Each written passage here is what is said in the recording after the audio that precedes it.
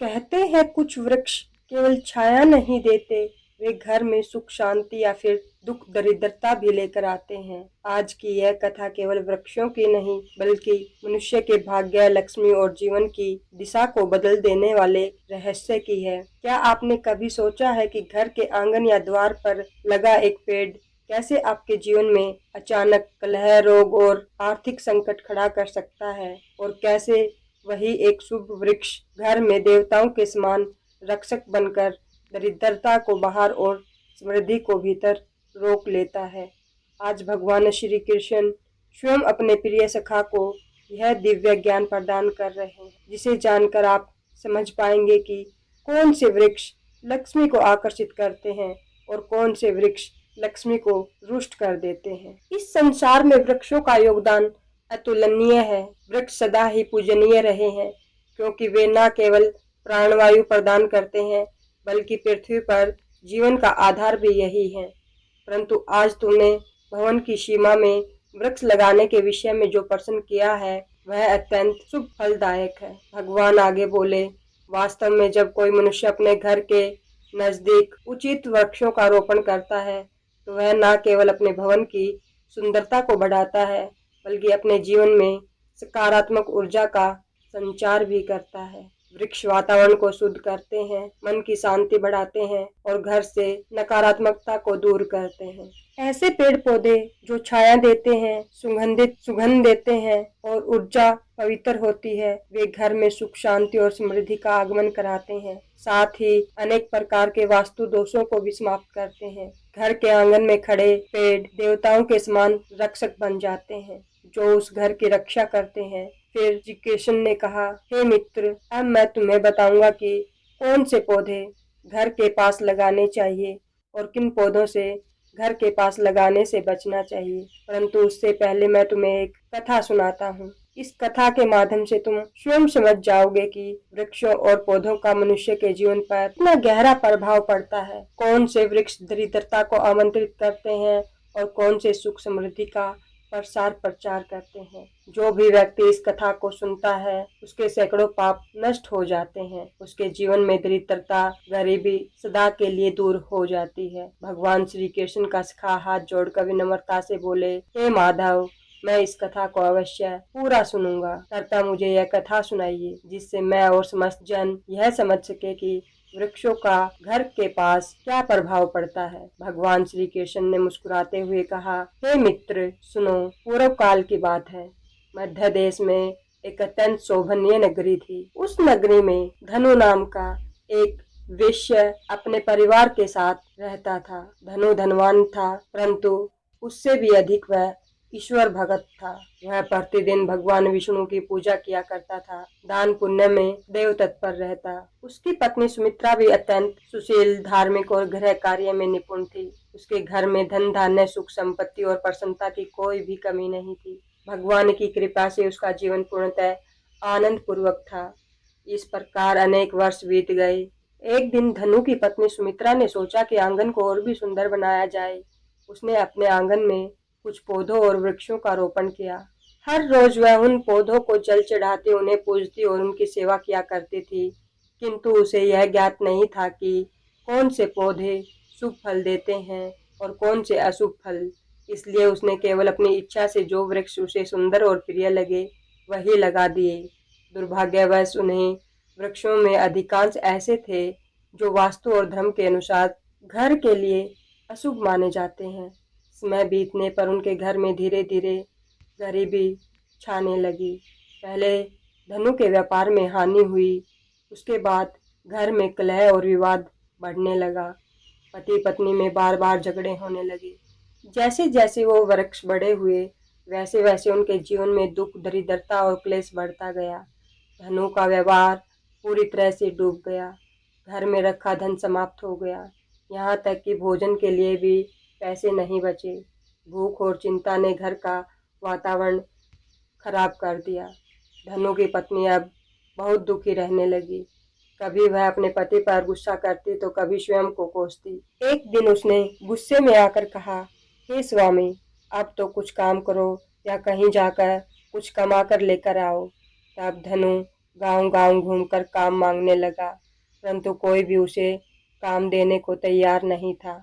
थक कर वह घर लौट आया और बोला, हे प्रिय, मुझे कहीं पर भी कोई काम नहीं मिला, अब मैं कहाँ जाऊं? यह सुनकर सुमित्रा और भी व्याकुल हो गई। धीरे धीरे उन्होंने घर के सारे गहने बेच डाले। जो थोड़ा बहुत अन्न प्राप्त हुआ उसी से उन्होंने कुछ दिन पेट पाला, परंतु अब उनके पास कुछ भी नहीं बचा था।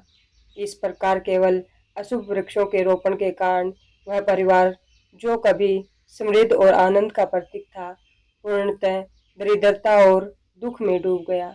किंतु धनु और उसकी पत्नी यही नहीं समझ पाए कि उनके दुर्भाग्य का मूल कारण उनके ही आंगन में लगाए गए वे अशुभ वृक्ष हैं।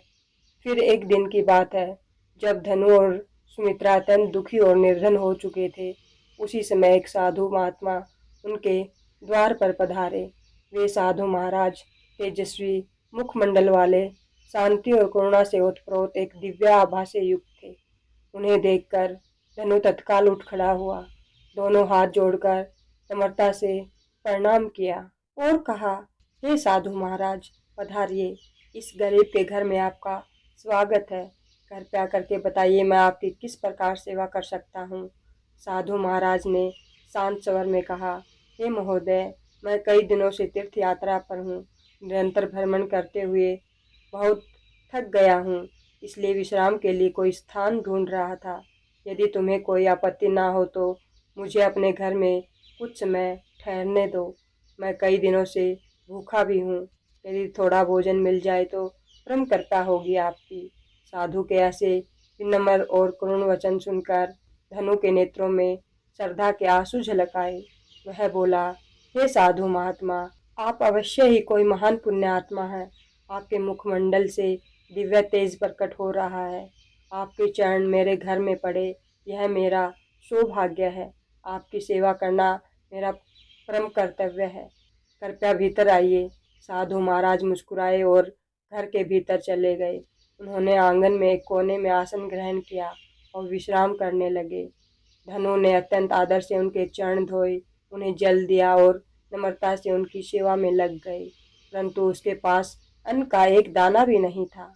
कुछ देर बाद वह अपनी पत्नी से बोले, हे प्रिय, आज हमारे घर पर जो साधु महात्मा पधारे हैं वे अत्यंत पुण्यवान प्रतीत होते हैं। उनकी सेवा करना हमारे जीवन का सबसे बड़ा अवसर है। हमें किसी भी प्रकार उनको भोजन कराना ही होगा। मैं गांव जाकर किसी से थोड़ा सा धन मांग लाता हूँ। इतना कहकर धनु घर से निकल पड़ा।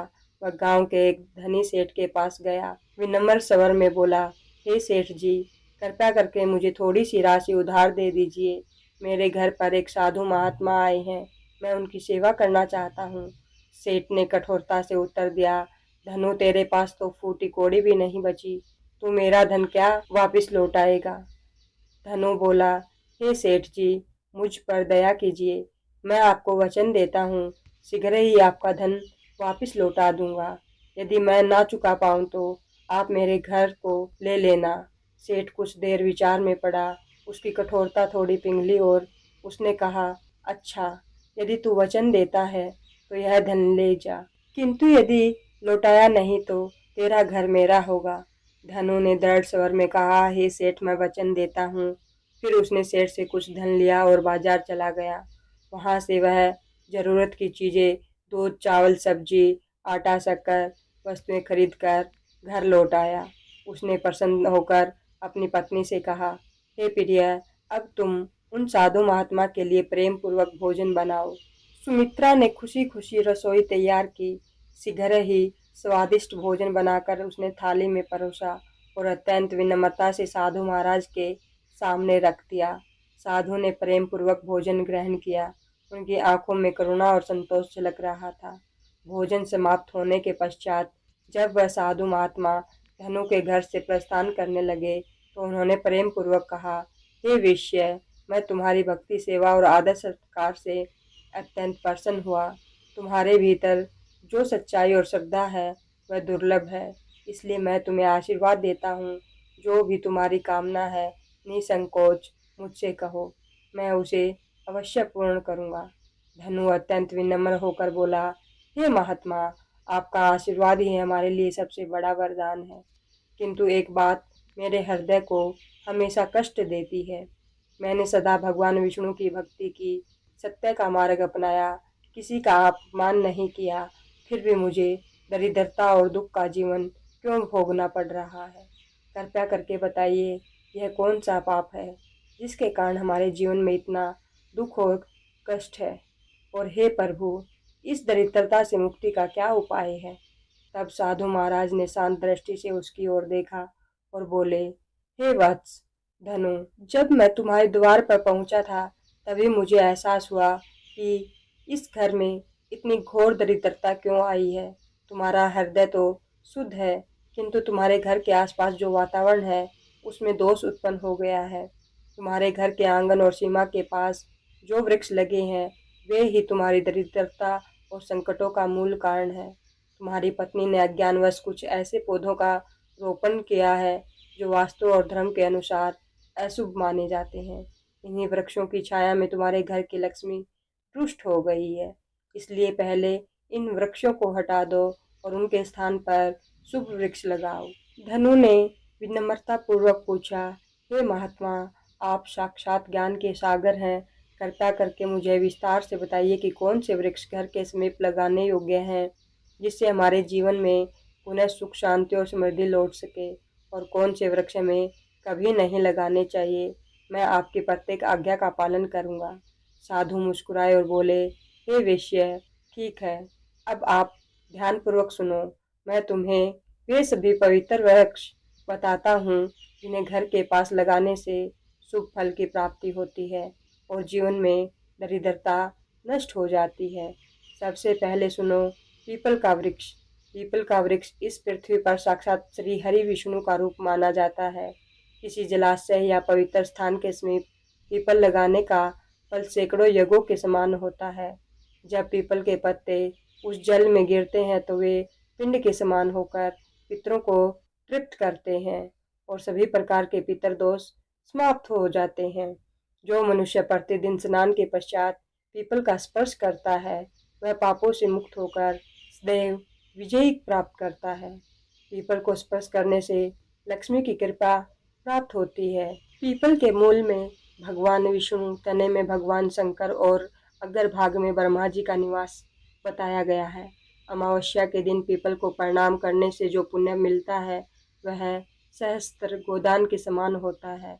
इस संसार में पीपल के समान कोई दूसरा पवित्र वृक्ष नहीं है, क्योंकि स्वयं श्री हरि इस वृक्ष के रूप में धरती पर विराजमान है। जो व्यक्ति पीपल को काटता है या उसकी शाखाएं तोड़ता है वह महान पाप का भागी बन जाता है और एक कल्प तक नरक में यातनाएं भोगता है। इसलिए हे वेश्य, पीपल की सेवा करो, उसे जल दो और कभी हानि मत पहुंचाओ। यह वृक्ष धन, संपत्ति और सुख का स्रोत है। साधु ने कुछ क्षण रुककर कहा, अब सुनो, दूसरा वृक्ष आंवले का वृक्ष। आंवला समस्त लोकों में पवित्र और शुभ माना गया है। इसे अमृत फल कहा गया है। आंवला लगाने और उसकी पूजा करने से मनुष्य जन्म मृत्यु के बंधन से मुक्त होता है। यह वृक्ष भगवान विष्णु को अत्यंत प्रिय है। जो व्यक्ति प्रतिदिन आंवले का सेवन करता है, उसकी छाया में बैठकर ध्यान करता है, उसके सभी पाप नष्ट हो जाते हैं। आंवला खाने से मनुष्य की आयु बढ़ती है, उसका शरीर हष्ट पुष्ट और रोग मुक्त रहता है। जो मनुष्य प्रतिदिन आंवले का सेवन करता है वह दीर्घायु, तेजस्वी और बलवान बनता है। आंवले का रस जल में मिलाकर पीने से सभी प्रकार के रोगों का नाश होता है। विशेषतः नेत्र, त्वचा और मन के विकार दूर होते हैं। यदि कोई व्यक्ति स्नान करते वक्त जल में मिलाकर स्नान करे तो उसके जीवन में दरिद्रता, क्लेश और दुर्भाग्य दूर हो जाते हैं तथा यह सभी प्रकार के ऐश्वर्य और सौभाग्य का अधिकारी बनाता है। जिस घर में आंवला सदा विद्यमान रहता है वहां पर दैत्य, राक्षस और नकारात्मक शक्तियां कभी भी प्रवेश नहीं करती। एकादशी के दिन यदि आंवले का दर्शन या सेवन किया जाए तो मनुष्य को यह पुण्य प्राप्त होता है जो समस्त तीर्थों के स्थान से भी अधिक होता है। अपने केशों में आंवले का प्रयोग करने वाला मनुष्य दीर्घायु होता है और उसे मृत्यु के पश्चात पुनः इस नश्वर लोक में जन्म लेना नहीं पड़ता। जिस घर के द्वार या आंगन के पास आंवले का वृक्ष होता है वहाँ साक्षात श्री लक्ष्मी नारायण का निवास होता है, क्योंकि वह स्थान पवित्र, समृद्ध और शांति से भरा हुआ होता है। अब सुनो साधु आगे बोले, तीसरा शुभ वृक्ष है अशोक का वृक्ष। इसके नाम से ही शोक का नाश होता है। अशोक वृक्ष में अप्सराओं का निवास कहा गया है। यह वृक्ष शोक, निराशा और दुख को नष्ट करने वाला है। जिस घर के पास अशोक वृक्ष होता है वहाँ सदैव सुख, शांति और सौंदर्य बना रहता है। यह वृक्ष मन को शीतलता, हृदय को प्रसन्नता प्रदान करने वाला है। देवी लक्ष्मी ने स्वयं कहा है कि अशोक के समीप निवास करना उन्हें अत्यंत प्रिय है, क्योंकि यह वृक्ष घर के वातावरण को पवित्र और सौभाग्यवर्धक बनाता है। जब देवी सीता माता रावण द्वारा लंका ले जाई गई तब उनका निवास स्थान अशोक वाटिका में ही हुआ था। अशोक के वृक्ष ने उस कठिन समय में माता सीता को छाया, शांति और धैर्य प्रदान किया था। इसलिए माता सीता ने इस वृक्ष को यह वरदान दिया कि जहाँ भी अशोक का वृक्ष होगा वहाँ मेरा आशीर्वाद और देवी लक्ष्मी का निवास सदा रहेगा। इसलिए अशोक का वृक्ष घर के समीप लगाने से घर में शांति, सौभाग्य और पारिवारिक प्रेम बना रहता है। अब चौथा वृक्ष पाखड़ का वृक्ष। यह वृक्ष अत्यंत पुण्यदायी माना गया है। जो मनुष्य पाखड़ का वृक्ष लगाता है वह महायज्ञ के समान पुण्य प्राप्त करता है।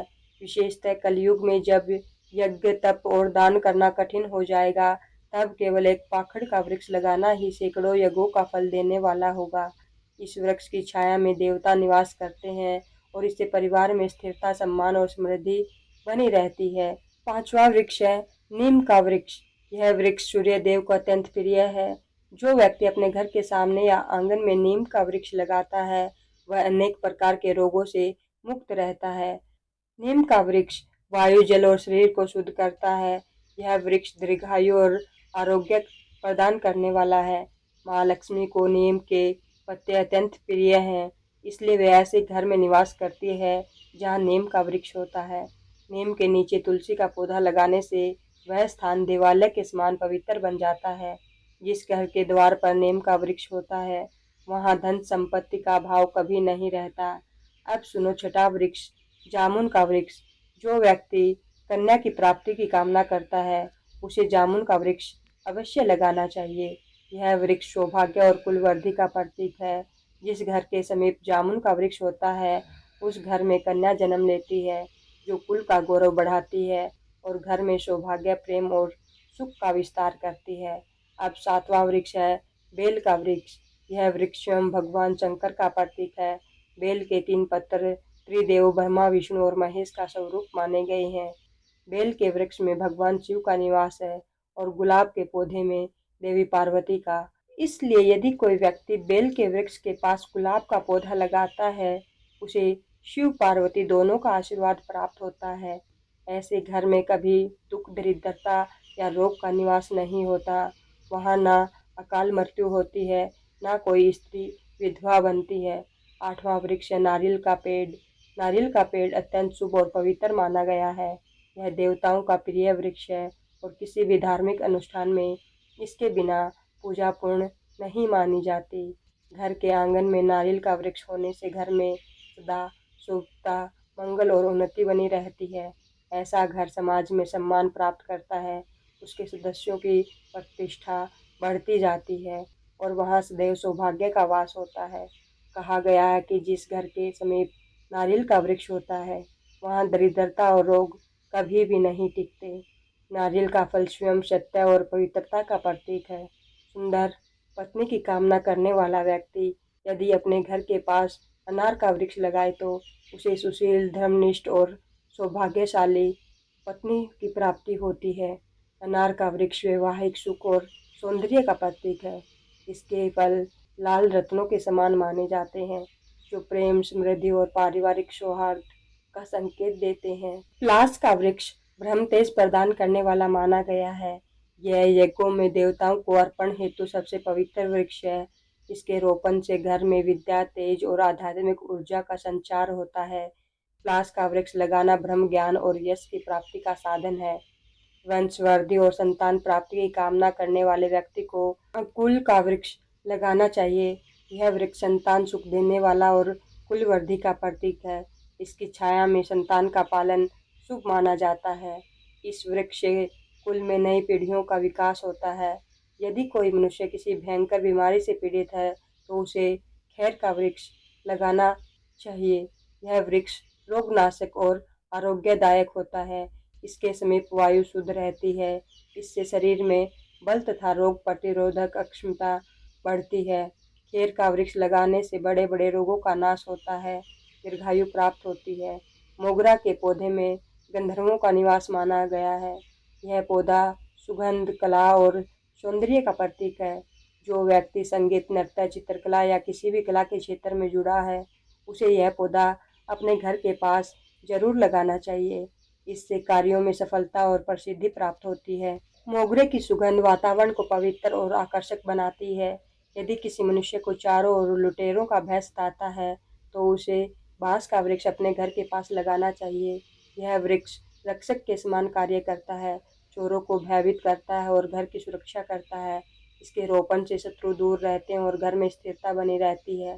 चंदन और कटहल के वृक्ष दोनों ही पुण्य और लक्ष्मी प्रदान करने वाले हैं। चंदन का वृक्ष शांति, भक्ति और पवित्रता का प्रतीक है, जबकि कटहल का वृक्ष समृद्धि और संतोष प्रदान करता है।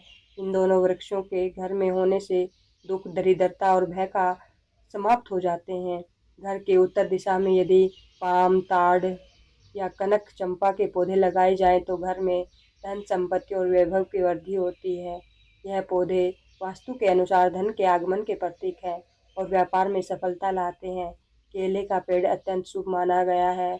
इससे प्रत्येक भाग में देवी देवताओं का वास बताया गया है।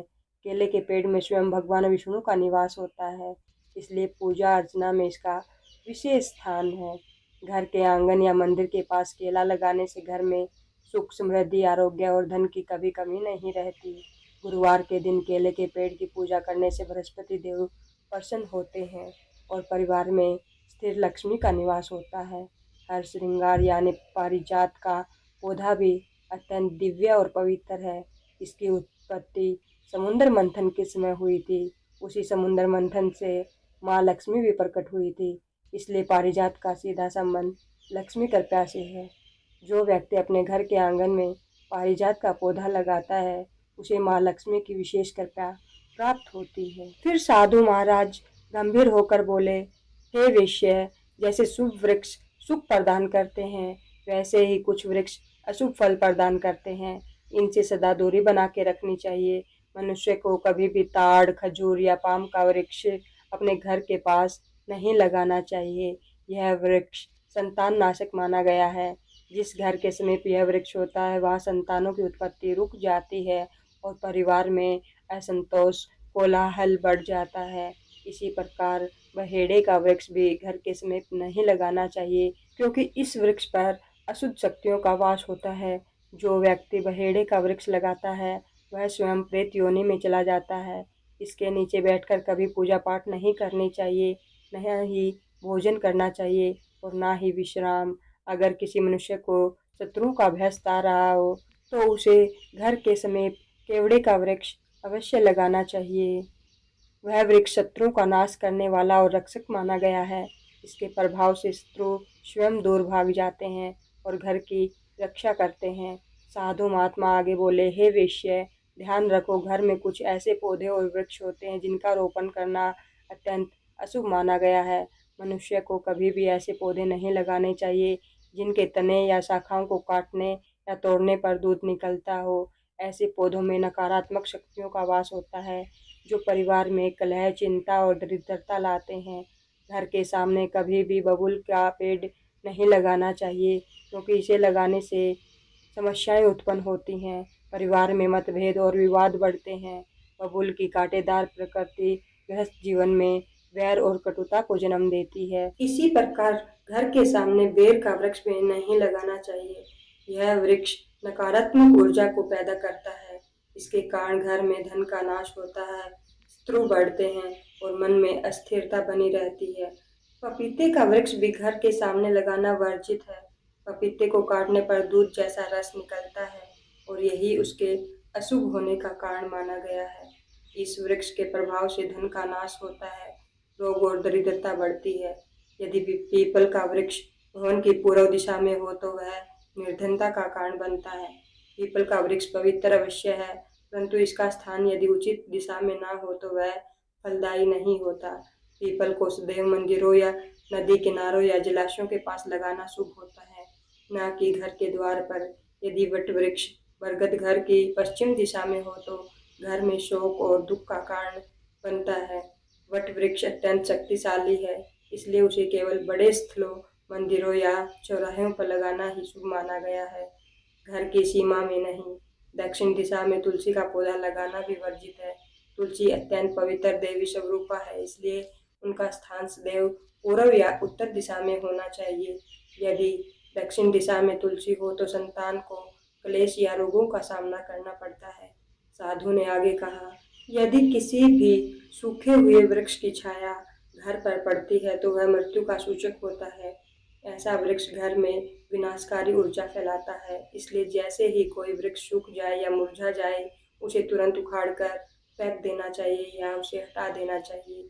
जीवित वृक्ष ही घर में मंगल और प्राण ऊर्जा का संचार करते हैं। फिर साधु महात्मा ने कहा, हे वेश्य, अब मैंने तुम्हें शुभ और अशुभ सभी वृक्षों का विस्तृत ज्ञान दे दिया। यदि तुम इन नियमों का पालन करोगे और शुभ वृक्षों का रोपण करोगे तो तुम्हारे जीवन में पुनः सुख, शांति और लक्ष्मी का वास होगा। यह वृक्ष केवल छाया नहीं देते, यह देवताओं का रूप है जो मनुष्य के जीवन को संतुलित, पवित्र और समृद्ध बनाते हैं। यह सुनकर धनु ने हाथ जोड़कर कहा, हे महात्मा, आपने आज मुझे ऐसा ज्ञान दिया है जो मेरे जीवन का अंधकार दूर कर दिया। मैं आपका सदा आभारी रहूंगा। साधु महात्मा ने प्रेम पूर्वक मुस्कुराते हुए उसे आशीर्वाद दिया। हे वत्स, तुम्हारे घर में अब सुख और समृद्धि फिर से लौट आएगी। यह कहकर साधु महात्मा वहां से अंतर ध्यान हो गए। धनु और उसकी पत्नी सुमित्रा ने जब देखा कि साधु अचानक अदृश्य हो गए हैं तो उन्हें समझ में आया कि वे कोई साधारण मानव नहीं थे, वे स्वयं भगवान विष्णु ही उनके कल्याण के लिए आए थे। दोनों पति पत्नी आंखों में आंसू लिए भाव विभोर हो गए और भगवान विष्णु को प्रणाम करने लगे। इसके बाद धनु ने साधु महात्मा की आज्ञा के अनुसार अपने घर के समीप सभी अशुभ पौधों को हटाया और शुभ वृक्षों का रोपण किया। कुछ ही समय में उनके घर में अन्न, धन और वैभव की वर्षा होने लगी। व्यापार फिर से चल पड़ा और परिवार में सुख शांति का आनंद फिर से बन गया। भगवान श्री कृष्ण ने मुस्कुराते हुए अपने सखा से कहा, हे मित्र, इस प्रकार मैंने तुम्हें शुभ और अशुभ वृक्षों के विषय में बताया। यदि मनुष्य इन नियमों का पालन करे तो उसके घर में सदा लक्ष्मी का वास होता है और उसके जीवन में कभी भी दरिद्रता नहीं आती।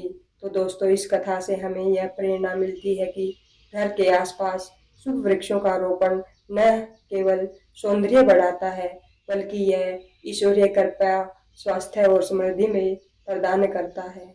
वृक्ष केवल लकड़ी या पत्तों का समूह नहीं होते, वे क्रम, ऊर्जा और भाग्य के सजीव प्रतीक होते हैं।